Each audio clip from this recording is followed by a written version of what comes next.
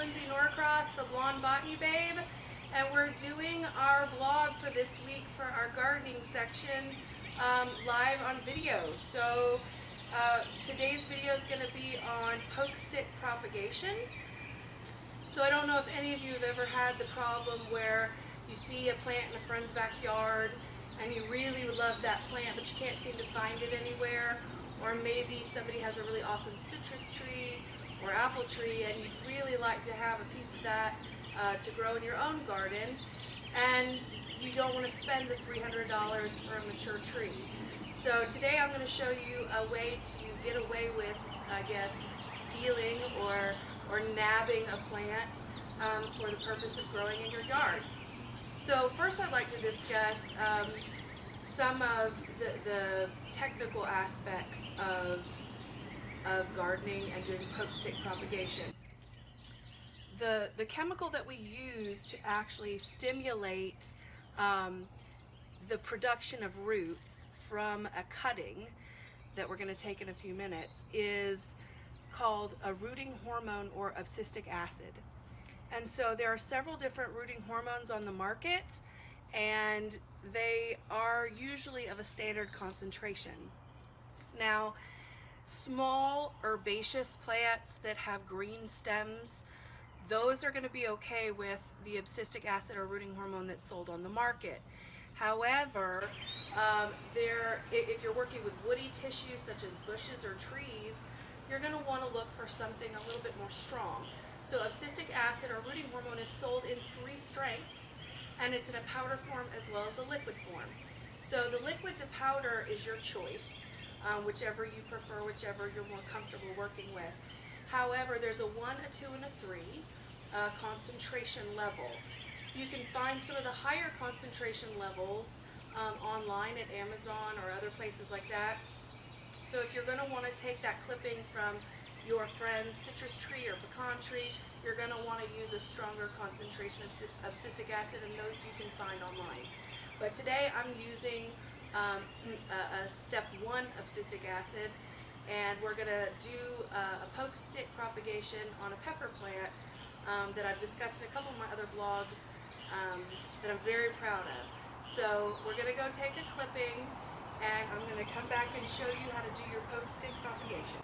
Alright guys, so we've taken our clipping, you can see here, and as you can tell, I took the probably top 6 to 8 inches of a stem that was coming off. You do want to take the end of your stem because of the type of cells that are located at the tips of these. They are called meristematic cells, and they're very similar to stem cells that are in the cord, blood, and other areas of the human body. So they will be able to regenerate in a fashion that we want to create a new plant. So you can see I've taken quite a bit here, and you're not going to stick this entire piece. We're actually going to divide this into 2 sections and stick that. So I want to show you how you go about this. It's very important that you make your clipping only moments before you plan to do your stick. So I'm going to go ahead and fill my my little containers I have here. I've chosen some very small, just little containers for this. I think these are 3.5 inches, and you will eventually move it into a larger pot as it begins to grow.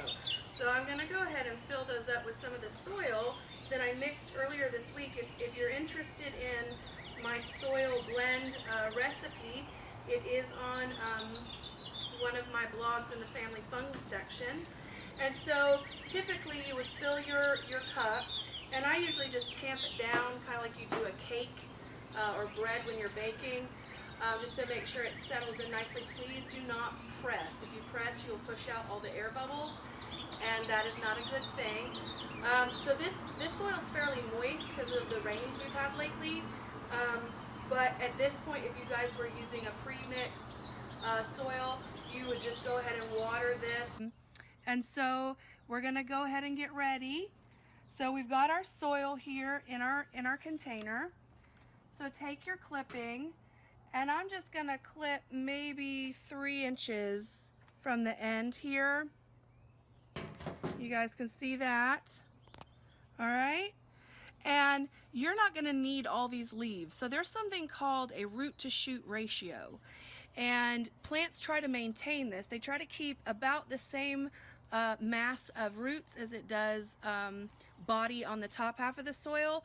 And if you try to poke stick this, these leaves release water. And right now this plant does not have any roots to take up water, so we don't want all those leaves letting the water leave, and you won't have any success with your poke stick. So we're actually going to remove most of these leaves. You want to leave about 2 or 3 decent sized leaves on the stem. So can you guys see that? That's acceptable for a poke stick. And as you can see, there's actually a blossom here that has started to fruit, and that's okay. You can leave that on there. We don't want to take that off. So once you've got your little stem ready to go, you're going to open your abscisic acid, and I just want to show you guys the inside of this. This is a white powder, synthetically made. So you're just going to stick your cutting in there, and I like to tap it on the side to get any excess off. You don't want an abundance of that on your plant. And this is why this propagation method is called a poke stick, because you literally just poke it down in the soil and then poke stick. All right, something we need to talk about at this point is some of you would think, okay, well, we're done now, but we're not. As we discussed the root-shoot ratio, this plant has no way to uptake water until the roots start to develop. And that's what abscisic acid does. It stimulates the production of root growth, but it's going to take a little bit of time to get those going. So we need to protect this plant from losing water and becoming dehydrated and essentially dying on us after we've done all this work to propagate it, and you've got your sapling or your piece of herbaceous plant that you really wanted from your friend's garden. So the way that we're going to do that is I have here some little sandwich baggies, just the cheapest ones you can find are fine. And you're going to open it up, and you can blow some air, some carbon dioxide in there, because of course our plants like carbon dioxide, so that's okay. And you're going to spritz in here with a water bottle. All right, if you don't have a water bottle, just put a few drops from your watering can in here and slosh them around, and then dump it out. You just want some moisture, some water droplets in your bag. And then you're actually going to cover the plant and the pot with your bag like this. And basically what we're doing is we're creating a little like a humidome to keep it humid in here. So I'm just going to blow to keep it open. And I've got some tape here, and we're going to tape it shut. Okay? So the reason that you're doing this, and the reason you put water in the bag before you are sealing it down, is simply because plants have 100% humidity inside their bodies. And plants lose water through their leaves, as we talked about earlier, but the reason that they lose the water is because the outside environment humidity is less than 100%. So anytime you look at the weather and you see a 50% humidity or 60% humidity, you need to check your plants outside, because they're going to be transpiring. That's what that's called. That's their version of sweating. And they're going to be transpiring. They're going to be losing water. So we don't want them to lose water at this point because they can't take any more up. So we created a humid environment in here that's close to 100% humidity, so that the plant doesn't lose the precious water that it needs until it's put on some roots. So what you're going to do at this point is you're going to put this not in a super sunny area, partly shade, mostly shade area, and you're going to come back and check it every few days. Two days is really the max I push it. And what you're going to want to do is you're going to untape your plastic bag, and you're going to want to spray again inside the bag to increase that humidity. Maybe blow a little carbon dioxide in there, because the plant's been producing oxygen, so we want to replenish its carbon dioxide stores, and reseal it up. In about a week to 10 days, I want you guys to come back and check this plant. And how you're going to do that is I'm actually going to untape ours.